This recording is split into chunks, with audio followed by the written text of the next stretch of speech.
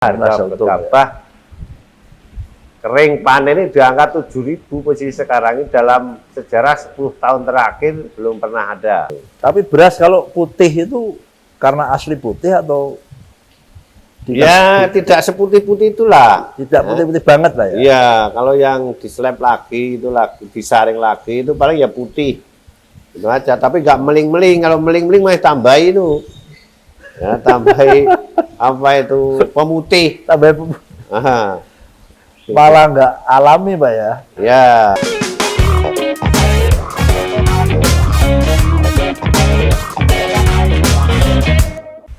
Assalamualaikum warahmatullahi wabarakatuh. Jumpa lagi di podcast Parlemen DPRD Provinsi Jawa Tengah. Kita kali ini berada di Karanganyar dan bersama Ketua DPRD Provinsi Jawa Tengah Pak Sumanto atau Pak Demanto.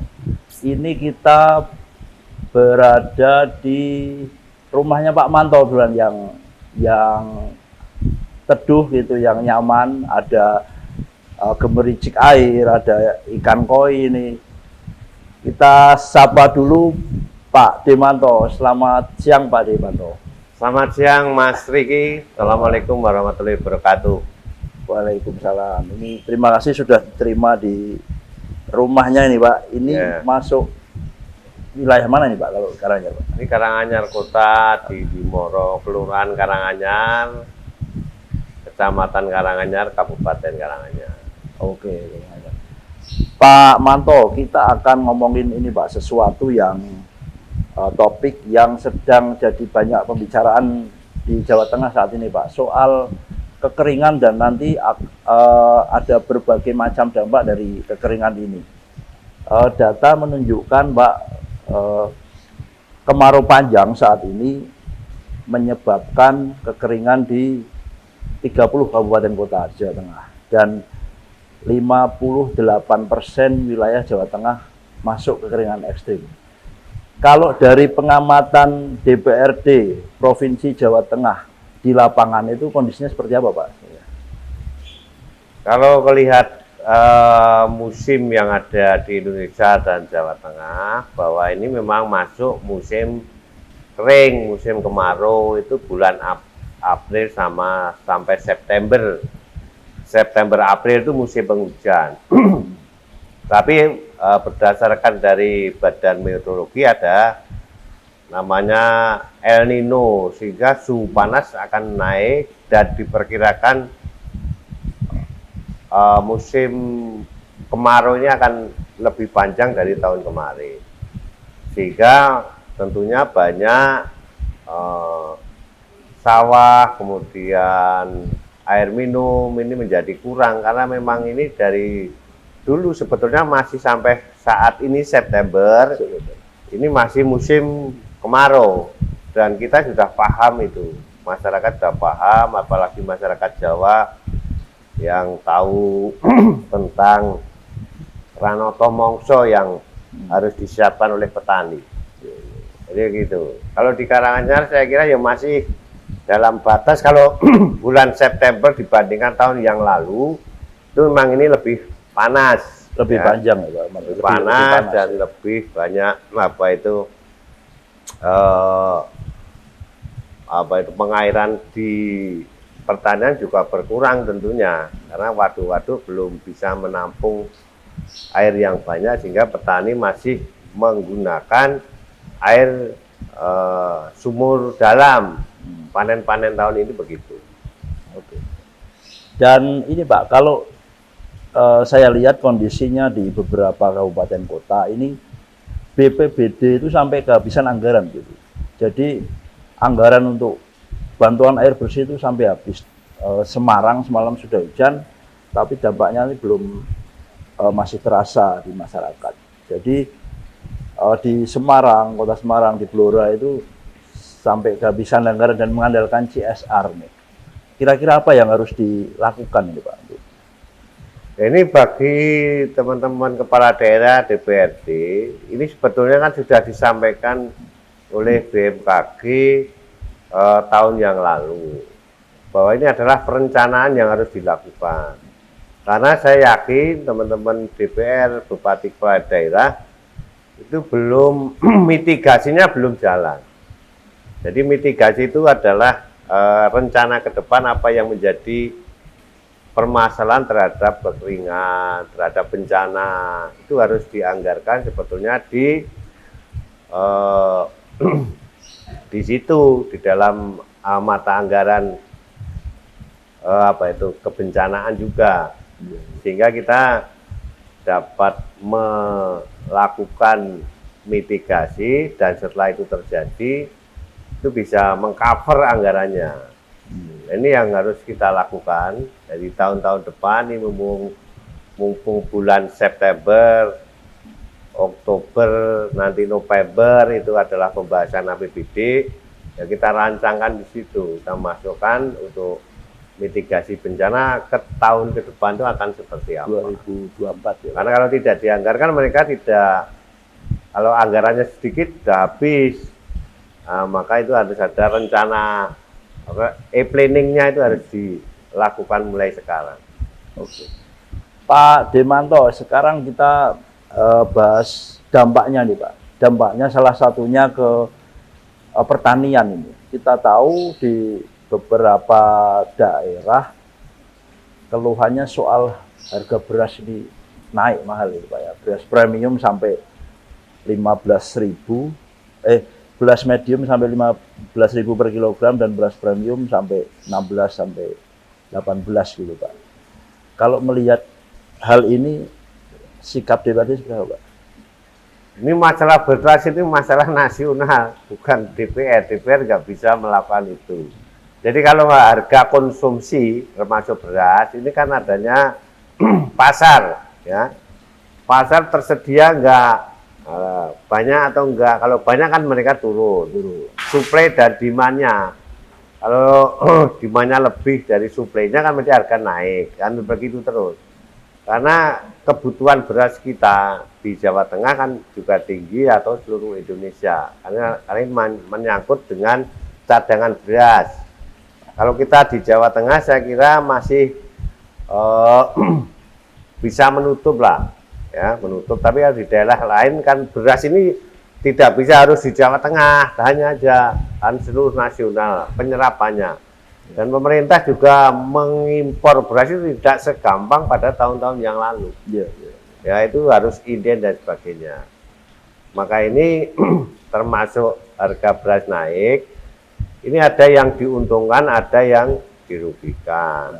Kalau petani mesti merasa untung karena harga gabah kering panen ini di angka 7.000 posisi sekarang ini dalam sejarah 10 tahun terakhir belum pernah ada. Oh, ini paling tinggi ya? Paling dalam 10 tahun terakhir ya? Ya. Nah ini juga memicu nanti petani-petani akan kembali menggarap sawah.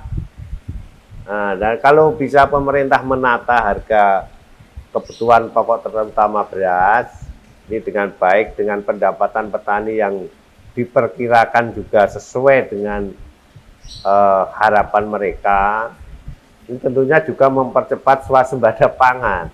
Kan sekarang masih banyak tanah-tanah yang miliknya para pengusaha, milik orang-orang yang tidak bertani, tapi mereka menginvestasikan tanah, banyak yang nganggur, nggak digarap karena rugi. Nah sekarang dengan posisi sekarang, ini nanti diperkirakan terus harga naik akan stabil. Karena di tahun kemarin, di tahun ini, bulan Februari, Maret itu kan harga kering panen yang dari petani itu kan sudah di angka 5.500. Itu kalau tahun lalu di angka 38, 4.000 itu rugi. Nah, makanya pemerintah juga harus bisa menstabilkan, ya tidak tinggi-tinggi tapi petani juga jangan rendah-rendah. Kalau rendah-rendah mereka akan kembali nggak mau nanam, mana rugi. Jadi dengan ini memicu nanti orang akan berbondong-bondong ke sawah, menanam padi dan suplainya cukup, saya kira akan turun sendiri. Oke. Jadi ini murni karena mekanisme pasar. Karena mekanisme pasar. Barangnya produksinya sedikit, otomatis harga dari naik. dulu memang kurang, tapi impor kan gampang. Ya, sekarang impor kan susah. impor itu inden kalau sekarang. Ya, mereka akan, ini adalah krisis pangan dunia. Tidak hanya di Indonesia tapi di dunia, karena mereka akan mempertahankan produksi seperti India, Cina, Thailand, Vietnam, ya. Itu akan mempertahankan produk beras mereka untuk rakyat mereka sendiri. Karena diprediksi mitigasinya jalan ini. Ya. Diprediksi tahun depan ini ada El Nino, ada kekeringan. Nah, mudah-mudahan tidak terjadi kekeringan yang panjang. Gitu. Terkait krisis pangan tadi Pak ya. Ya. Pak, artinya kalau ada yang diuntungkan, berarti ada yang dirugikan juga. Yang dirugikan ya, sampean kita yang kan nanam padi itu kan harga beras naik. Nah, tapi sebetulnya kalau dihitung harga beras posisi sekarang itu pun kan masyarakat kita ini satu keluarga dibuat rata-rata 4 atau 5. Mereka kan nggak mungkin menghabiskan beras 1 kilo sehari, 2 kilo. Palingan cuma sekilo. Dibandingkan dengan kebutuhan lauk pauknya, yang mahal kan lauk pauknya. Ya, sebetulnya ini masih masih dalam wajar. Dan kalaupun itu di tingkat masyarakat kecil, pemerintah sekarang kan menggelontorkan bantuan untuk beras miskin itu seluruh Indonesia 21 juta. Dan itu sampai bulan Desember nanti akan terus dilakukan. Itu dalam rangka untuk meringankan masyarakat yang berpenghasilan rendah. Ya, itu. Ini tugas pemerintah begitu. Dan nanti juga nantinya ada operasi pasar yang disampaikan oleh Pak Presiden, mudah-mudahan bisa mengerem laju peningkatan harga beras. Jadi menurut Pak Manto masih dalam tahap wajar lah ya nih. Ya kalau kita lihat begitu, karena yang miskin juga sudah disuplai oleh pemerintah, dan ini memicu petani-petani muda untuk kembali ke sawah, menggarap lahannya, kemudian bisa meningkatkan produksi. Kalau produksi naik, akan turun. Gitu. Pak Manto, kita lanjut obrolannya nih Pak, semakin seru. Jadi posisi saat ini petani untung Pak ya, karena harga gabah sampai 7.000 per kilogram. Ya kalau lihat hitung-hitungannya mereka untung. Untuk panen tahun ini, bulan ini. Tapi mereka mau nanam lagi kan nanti 3 bulan lagi baru panen. Nah, nanti itu akan kita lihat. Harga kering panen itu akan berapa. Kalau posisi masih di angka 7.000, mereka mesti akan memicu, mereka akan bersemangat, walaupun masih ada keluhan pupuk mahal dan sebagainya. Tapi kalau dibandingkan dengan kenaikan harga-harga yang lain, ya baru kali ini memang harga beras memang tinggi. Tentunya ya produksi petani ini yang tentunya akan memicu mereka kembali ke sawah, menanam padi untuk bisa meningkatkan produksinya. Dengan produksi meningkat kan nanti beras akan turun. Nah, seberapa pemerintah, tapi pemerintah kan sudah memberikan batas akhir, batas bawah dan batas atas untuk harga kering panen yang disampaikan oleh kementerian maupun Badan Pangan Nasional. Itu di bawah 5.000, yang atas di angka 5,5 begitu. Itu masih bisa mereka untung. Berarti dengan harga 7.000 tidak lagi seperti yang Pak Manto ungkapkan dulu, misalnya sebulan hanya 400.000. Kalau ini kan orang rata-rata petani kita itu kan punya lahan 1.500 sampai 2.000 rata-rata. Dan mungkin ya ada yang lebih dan sebagainya. Itu mereka berpenghasilan ya cukup lah. Kalau untuk harga kering panen sekarang. Tapi kalau yang dulu di angka 4.038 itu impas ya. Biaya produksi dengan panennya itu pun belum kena hama dan sebagainya. Kalau ini ya untung mereka. Ya boleh lah Pak ya, sekali-sekali teman-teman petani ini kan ya Ini kesempatan dengan harga gini petani untung, bisa kembali ke sawah untuk menanam dan optimis walaupun harga pupuk yang mahal, tapi mereka kan masih walaupun sedikit porsinya mereka masih dapat subsidi. Nah, itu kalau kembali bisa pakai organik akan lebih untung lagi ke depannya. Musim tanam lagi bulan apa Pak kira-kira? Nah ini kan November, Desember itu kan musim tanam. Oh, November, MT1 nanti. Musim tanam 1 ini MT3. Kan saya tahun itu petani menanam rata-rata kalau irigasinya bagus itu bisa menanam 3 kali. Dalam setahun berpanen 3 kali. Dan kalau di musim kemarau justru malah potensinya produksinya lebih banyak Pak ya? Lebih bagus dan lebih banyak kalau Pak irigasinya bagus. Permasalahannya kan tidak semua pertanian itu punya irigasi bagus. Iya. Ya kalau musim panen, musim panas, MT3 itu sudah nggak banyak yang bero, nggak ditanami karena nggak ada airnya. Oh, karakteristiknya pertanian padi begitu ya? Iya. Asal irigasinya bagus, airnya cukup. Airnya cukup, musimnya panas gini mesti bagus, ya? panennya bagus. Karena sinar matahari full, kemudian airnya bagus, hamanya nggak banyak, gitu. Dan Karanganyar surplus katanya.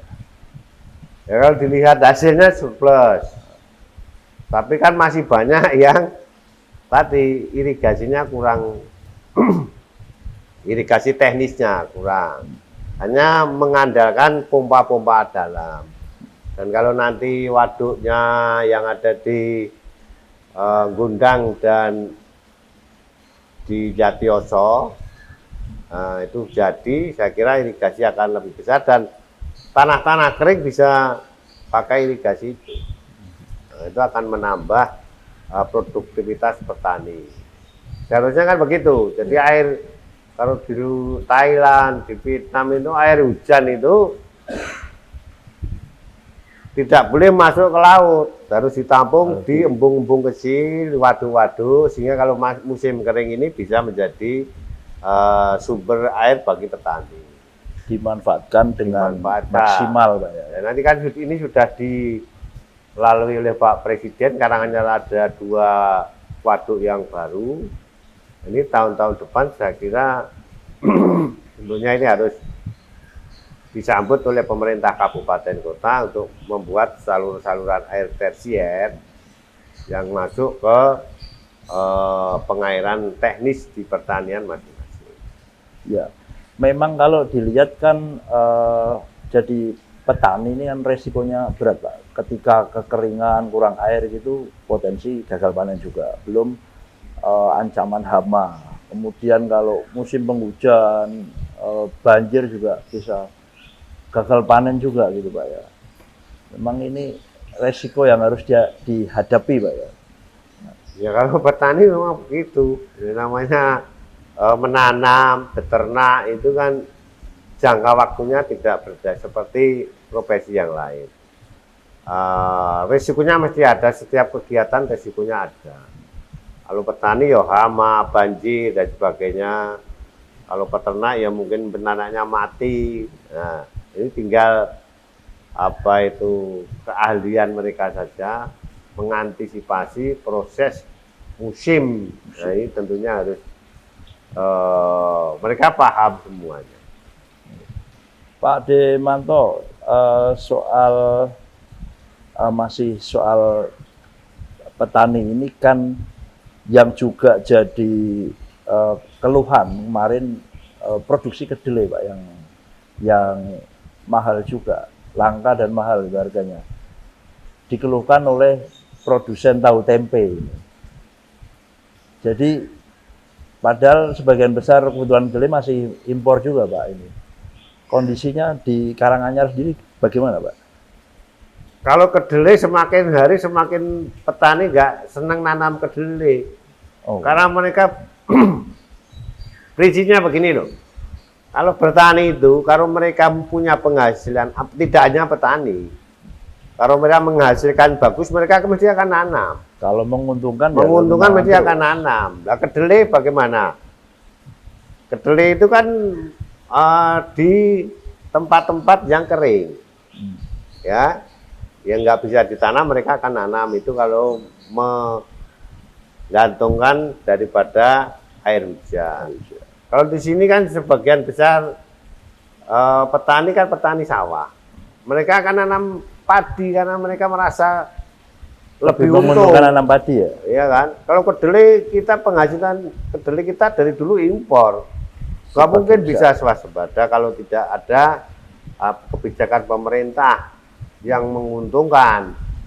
Kalau nggak menguntungkan mereka nggak nanam. Semakin hari semakin orang nggak banyak nanam kedelai. Zaman kecil saya banyak nanam kedelai. Zaman sekarang kita lihat saja lalu nggak banyak.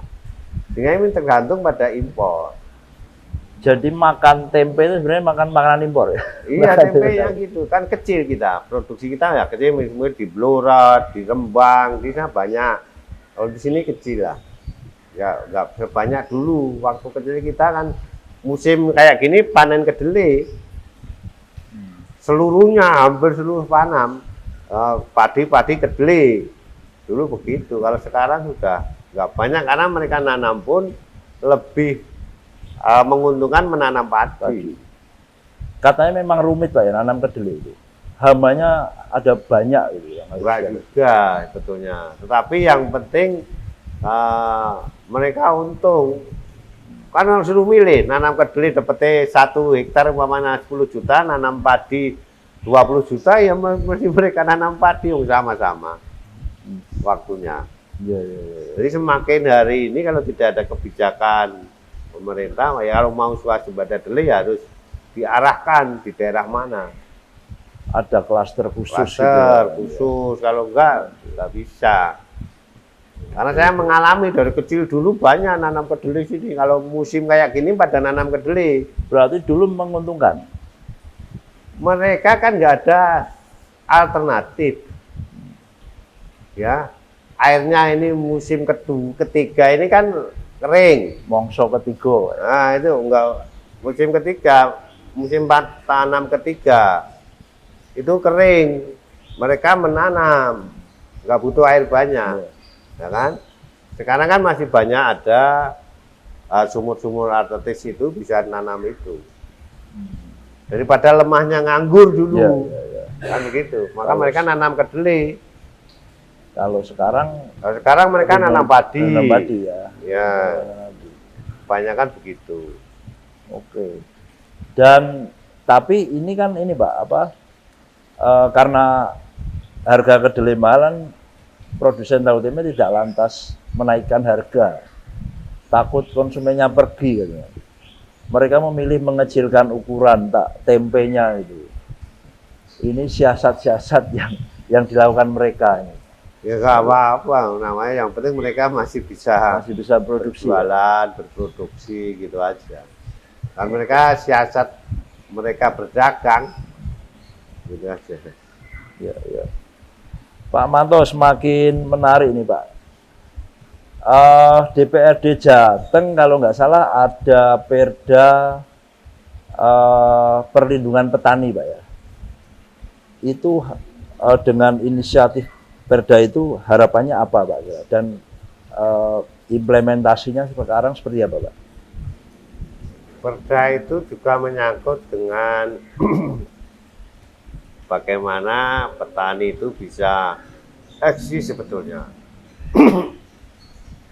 Eksis dalam rangka gagal panen, kemudian klaster-klaster tanaman. Gitu. Sifatnya itu adalah mengantisipasi kalau gagal panen. Toh pun kalau ada gagal panen, mereka bisa melakukan kartu asuransi petani. Nah, bisa masuk situ per hektar mereka dapat, kalau gagal mereka dapat premi berapa yang sudah ditentukan oleh pemerintah, oleh Perda itu. Tapi mereka juga yang ada di dalam Perda itu juga pemerintah memberikan premi, tapi tidak sebanyak yang seluruh petani yang ada, hanya beberapa saja. Dan petani juga bisa mandiri untuk itu. Pak Demanto, berarti nanti dengan adanya waduk-waduk yang terus dibangun ini harapannya masalah kekeringan ini bisa teratasi gitu Pak ya, terutama bagi para petani. Gitu. Yaitu salah satu untuk meningkatkan produktivitas beras atau pangan yang lain. Jadi ini harus disambut. Kalau waduk kan besar anggarannya yang sampai yang dibangun oleh pemerintah pusat. Misalnya waduk Jelantah, waduk Gondang, itu anggarannya besar. Nanti pemerintah provinsi maupun kabupaten juga harus membuat embung-embung kecil. Nah, itu nanti bisa mengairi sawah-sawah di saat tidak ada hujan. Nah, itu salah satunya itu. Di saat punya airnya banyak, otomatis produktivitas padi akan naik. Nah, ini harus kita sambut oleh pemerintah pusat. Pemerintah pusat sudah buat waduk. Ya, kabupaten, kemudian provinsi juga harus buat embung-embung kecil yang bisa menampung air. Jadi air hujan itu tidak langsung ke sungai, kemudian ke laut, tapi ditampung di embung-embung kecil ini. Itu akan meningkatkan produktivitas nantinya. Jadi setahun itu bisa menanam terus. Gitu. Oke. Pak Manto kan berkali-kali bicara tentang ancaman krisis pangan, Pak ya. Tidak hanya di Indonesia tapi di dunia ini. Tapi kalau dari fakta-fakta yang Pak Manto ceritakan itu kan seperti ironi, jadi penghasilan petani yang masih minim gitu, belum ancaman alih fungsi lahan itu. Apa kira-kira kesiapan Indonesia, khususnya Jawa Tengah, menyikapi ancaman krisis pangan ini seharusnya bagaimana, Pak? Ya, wisata mulai sekarang. Ya, sekarang kan baru terasa ini. Kalau kemarin, walaupun kan setiap tahun impor beras, kan nggak terasa, hanya menekan harga. Harga ya. Ya, kalau produksi beras banyak, kemudian harga lebih rendah. Tapi kalau ingin mandiri pangan, mandiri terkait dengan swasembada beras, itu tadi harus dirancang sampai sekarang karena produktivitas itu akan naik jika teknologi baik itu sumber daya manusia, kan lahannya akan semakin sempit. Semakin sempit manusianya, penduduknya semakin banyak. Otomatis kan berkurang. Maka teknologi pertanian harus ditingkatkan. Ya, teknologi masalah bibit, masalah hasil panen. Kalau rata-rata per hektar sekarang 6-7 ton, ya harus dinaikkan dengan penelitian. Kemudian embung-embung harus dijaga, dibuat sehingga faktor pengairan ini penting bagi petani. Kalau itu nanti bisa 5-10 tahun terus dikerjakan, saya kira dengan harga yang cukup, bukan tinggi, bukan naik, tapi petani harus dihitung pendapatannya, itu orang akan kembali situ. Sekarang kan tidak ada pengusaha besar menanam padi. Nggak ada kan? Yang nanam kan petani-petani banyak, petani kecil-kecil itu aja penghasilnya.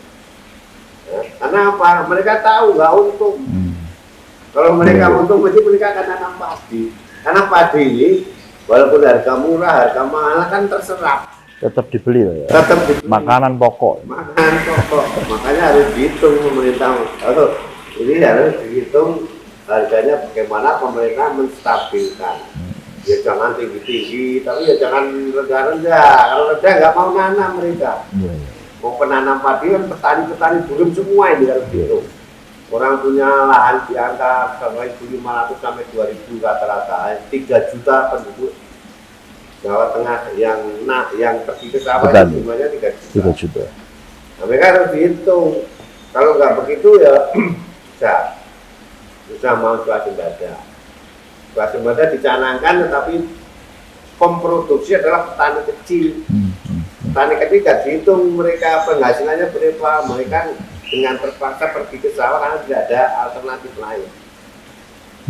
Kalau mereka penghasilannya cukup banyak, itu nanti tanah-tanah milik orang-orang kaya itu nanti akan ditanam, merasa cukup. Kalau sekarang mereka biarkan sebagai investasi aja, maka banyak yang tanahnya nganggur dari tanah.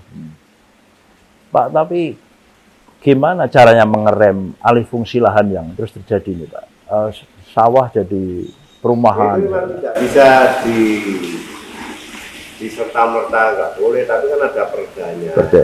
Ya, penyaring utama adalah kepala daerah. Izin kalau tidak sesuai dengan perda, RT/RW jangan. Itu sawah lestari harus sawah lestari terus. Karena ini menjaga apa itu, menjaga ekosistem yang ada. Kalau nanti kita obral murah setiap investor masuk tanpa melihat RT/RW-nya, itu akan mengurangi dampak daripada apa itu penghasilan produksi beras. Ya, Pak Manto, kita masih lanjut soal tingginya alih fungsi lahan, Pak ya. Kadang kan dapat warisan sawah dari orang tua, kemudian dijual. Ini kan juga mereka tidak berani lagi, kemudian tanahnya dijual. Ini memang ini sulit untuk diubah atau gimana, Pak? Kalau itu kan hak mereka. Mereka kan kita kan nggak bisa ngatur mereka, bisa ngatur, itu hak privat mereka.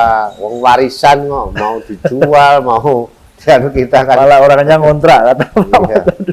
Iya, mereka kan hak mereka. Kita hanya memberikan informasi bahwa terkait dengan hak-hak mereka itu juga harus himbauan lah. Karena itu warisan dari orang tua, tentunya mereka juga wajib mewariskan kepada generasinya.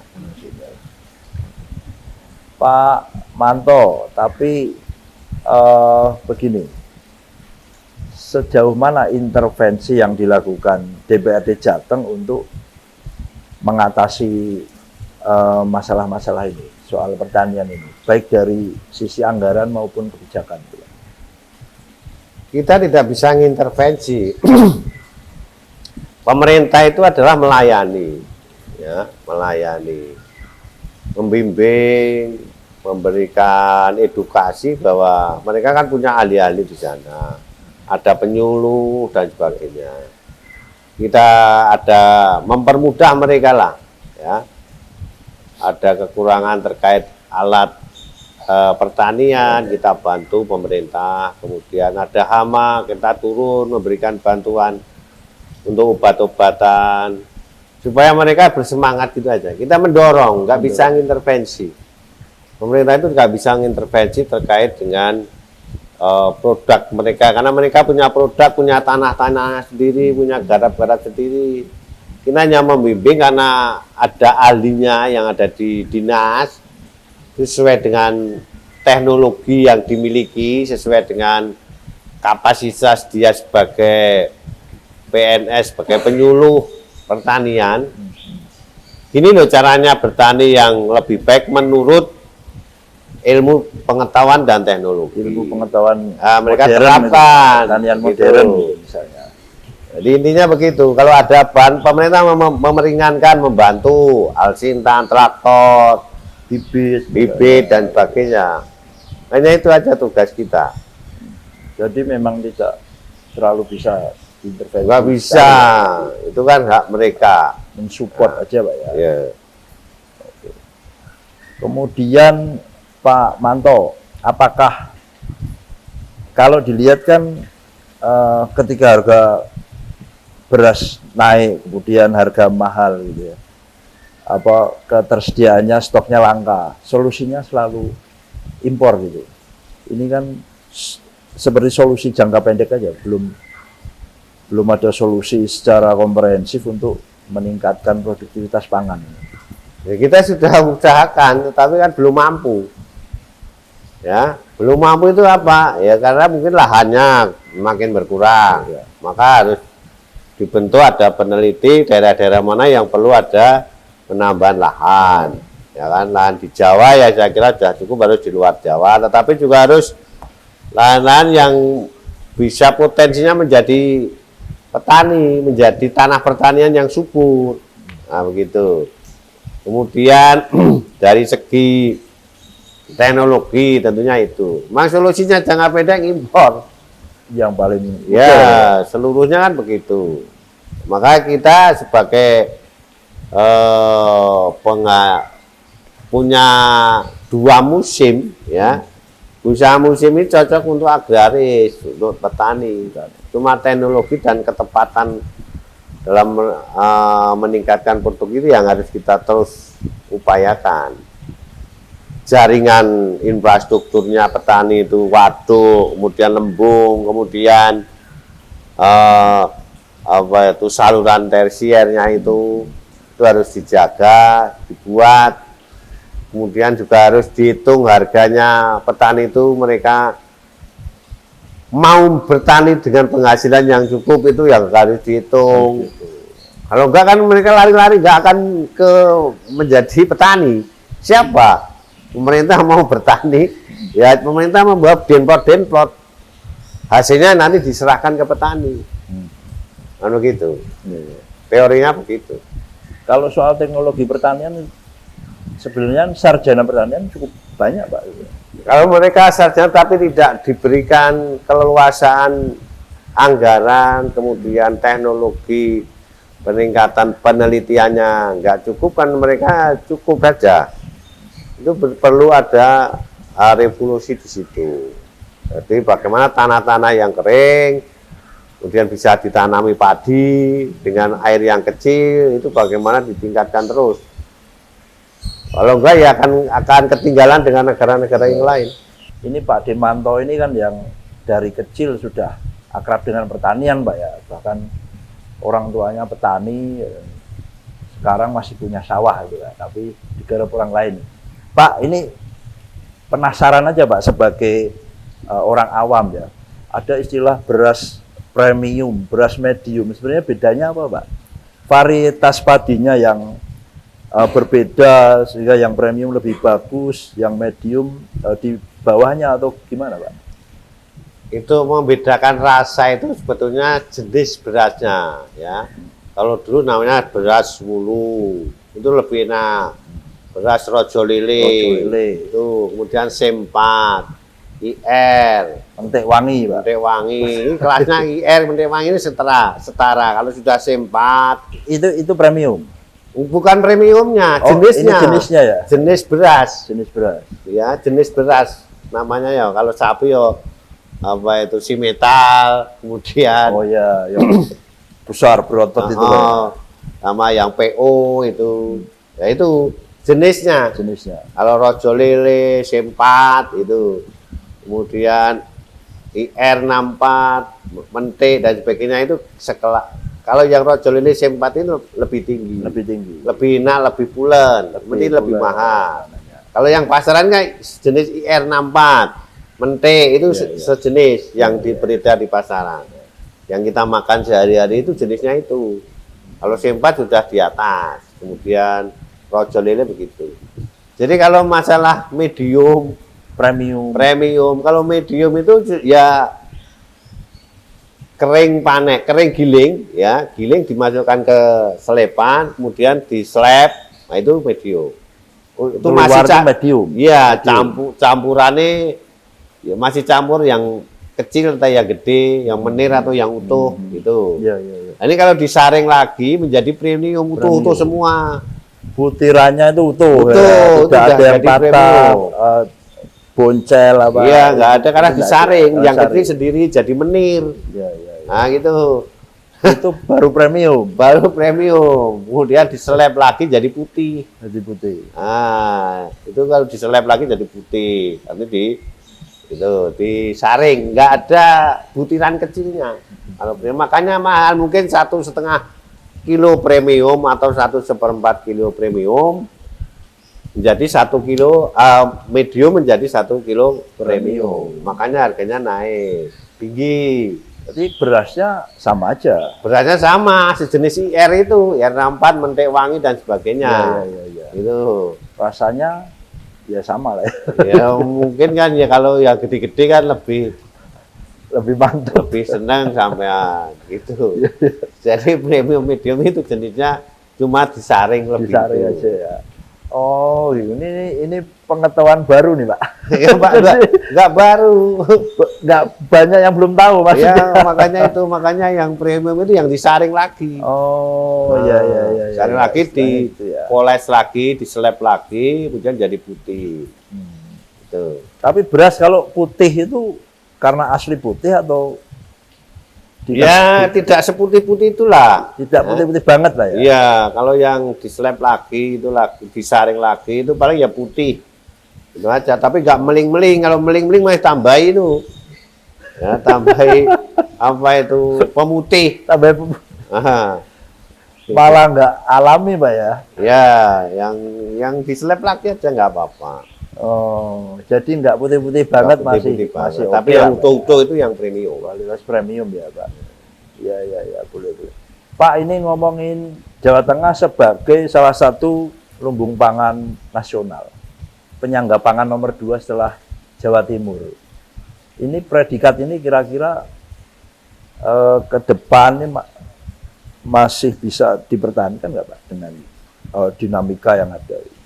Ya tinggal pemerintah. Petani itu kan sebetulnya gampang. Pemerintah memberikan support, memberikan contoh, memberikan apa itu infrastruktur yang memadai, kemudian juga menjaga sawah-sawah lestari ini untuk pemerintah daerah dan provinsi harus dipertahankan. Karena kalau produk kita itu sebetulnya bersaing dengan Jawa Timur karena kalah lahan saja, kalah luasan lahan. Nah ini kalau kita pertahankan, kemudian teknologi kita berikan edukasi yang bagus, kemudian banyak dibangun waduk, kemudian embung yang lebih banyak, yang bermanfaat, jangan sampai bocor. Pakai teknologi yang bagus, supaya bisa digunakan oleh petani. Mereka kan semangat. Mereka pada dasarnya orang bertani, berternak itu senang, rakyat Senang ya, memang. Indonesia itu senang. Kemarin kan mungkin di rumah punya apa itu open itu apa itu ayam atau burung, itu kan mereka senang Peliharaan. ya. Atau yang nanti senang melihara kambing, melihara sapi, mereka senang. Memang ini tidak hanya soal mata pencaharian, tapi juga kultur, Pak ya. Kulturnya memang bertani gitu. Pak, Jawa Tengah kan sebenarnya punya banyak kebun benih, Pak ya, yang bisa kalau dimanfaatkan maksimal ini bisa mendukung sektor pertanian, perkebunan. Gitu. Kalau DPRD Jawa Tengah melihat sendiri seberapa optimal saat ini pemanfaatan kebun benih? Kita sebetulnya diwarisi banyak oleh kebun-kebun benih ya, balai namanya. Balai benih. Balai benih, balai ikan, kemudian balai perkebunan, itu banyak. Tetapi makin ke sini tidak diberikan porsi yang lebih untuk penelitian sebagai alat tempat petani datang ke sana berdiskusi bagaimana, karena 60% keberhasilan baik bertani beternak itu adalah dari bibit. Nah, kalau bibitnya bagus, maka kita buat sekarang ini perda tentang peningkatan dan pengembangan balai yang ada di Jawa Tengah, baik itu pertanian, peternakan, perikanan, itu supaya tumbuh lagi. Jadi anak-anak muda yang diterima di PNS pertanian itu disalurkan ke situ untuk menjadi peneliti. Nah, karena nanti kan menghasilkan produk bibit yang unggul. Kan bibit ini setiap hari kan naik, ada peningkatan. Nah, tujuan kita itu bibit, mungkin bibit yang lebih tahan lebih hama, bagus, ya. kualitasnya lebih menghasilkan unggul. Kan 60% keberhasilan bertani beternak itu di situ, baik itu ternak kambing, kalau bibitnya bagus nanti anaknya bagus. Peternak ayam juga begitu, bibitnya bagus. Padi juga begitu. Padi kalau bibitnya bagus nanti bagus, tapi harus diikuti dengan apa itu cara perawatan yang bagus pula. Apalagi Jawa Tengah sekarang punya ini, Brida, Pak. Ya, sekarang kan Badan ada riset BRIN. daerah. Nah, Brinda juga sudah ada. Itu bisa Nanti bisa mendukung. berkolaborasi dengan balai-balai itu untuk bagaimana meningkatkan tugas kita pemerintah DPR itu adalah memberikan support kepada para ahli itu supaya mereka gemar meneliti. Meneliti juga harus ada namanya biaya anggarannya. anggarannya. Kalau tidak diberikan anggaran mereka juga tidak bisa. Pak, ini saya ingin tanya ke Pak Manto ya sebagai orang yang sangat intens di pertanian, Pak ya.